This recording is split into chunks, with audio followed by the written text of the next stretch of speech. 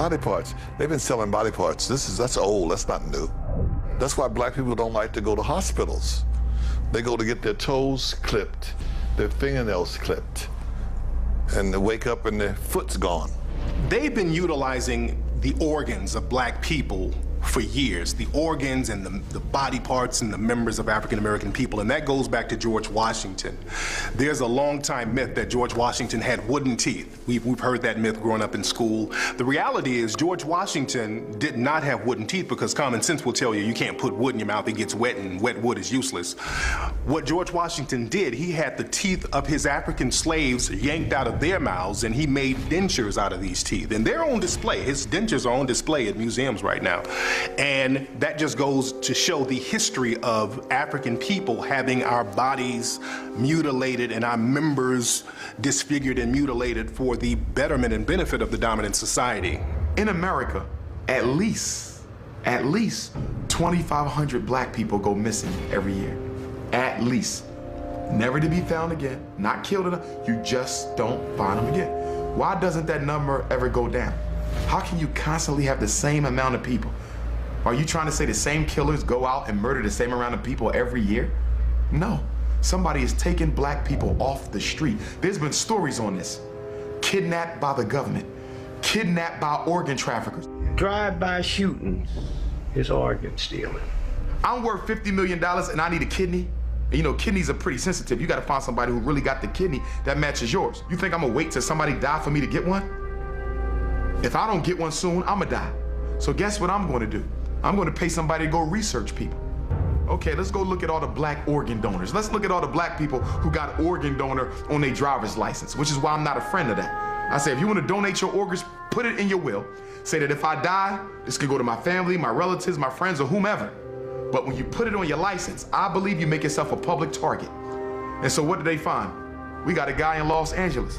He has the same blood type as you, same kidney type as you likely.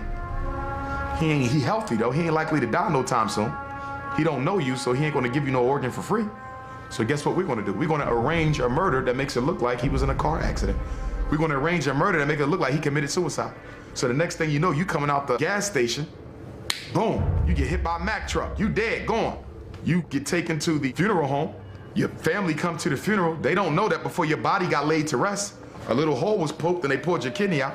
A lot of people don't know, when you get arrested or even when you get convicted, a lot of times law enforcement or police will swab your mouth for DNA. And now they have your DNA record on file, they have your genetic information on file. And you have to understand, with law enforcement, a lot of times they'll sell your information to tabloids and, like, especially celebrities, they sell their information to tabloids and magazines and news outlets all the time. So it's not a stretch to believe that they won't use your DNA or your genetic information for nefarious reasons. You, my son. Cops come by and inform me you just been shot dead. You don't have jurisdiction over that body. That's the coroner. You can't get that body till the coroner release you. So we'll get released, we go down and pick it up, and I see all these cuts and these stitches. I just thought they was doing a routine investigation, following the family. I didn't know they took your organs. I'm under all this stress, my son is dead. Now you buried now, I can't dig you up because the court got to have permission. Most of those cases is organ stealing. It's been known for a long time, even back in slavery times, that black organs were considered superior genetically to other folks' organs. For example, whenever there's a transplant, okay, especially when rich folks get heart transplant, liver transplant, kidney transplant, they like white, they like black organs. We had a famous case in Pennsylvania, Governor Casey, who was one of the most racist governors who ever lived back in the late 80s, early 90s. He had a heart transplant. Guess whose heart they gave him? A black person's heart. Down in Georgia, there was a case of an African-American 17-year-old kid who was found mysteriously dead at school. He died in the gym, they did an autopsy and they buried him. His family, they weren't satisfied with the results because they still wanted to know what happened to their son. They had the body exhumed, found out that his organs were missing and his body was stuffed with newspapers, and people are still trying to find answers. The officials down there in Georgia, they act like they don't know what's going on. There was another case out here in California. A young African-American man was found dead in Death Valley in the desert All of his organs were missing. His liver, heart, lungs, kidneys, all gone. There's a case in the UK recently. A Somalian girl was brought over there for organ harvesting. They found out that they were going to harvest her organs and they stopped that. There was another case in Asian couples. They went over to Africa. They adopted a black girl. 2 weeks later, she was dead. So these cases of organ harvesting are just going on all over the world, and people are being real quiet about it. The Rodney King riots. The cops arrested 18,213 black folks.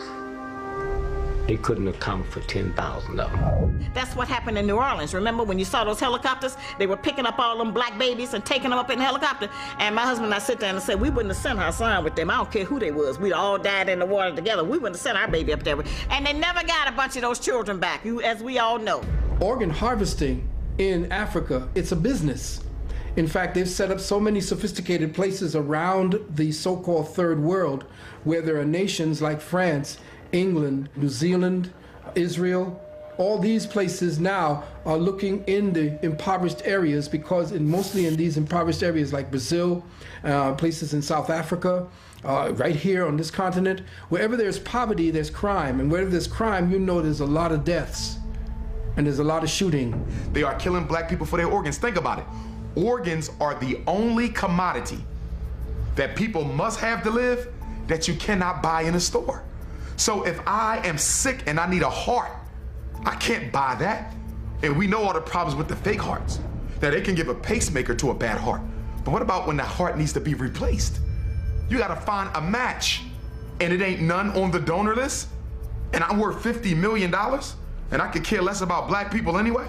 Guess what? Somebody gonna get shot in a drive-by. Switch over to Haiti.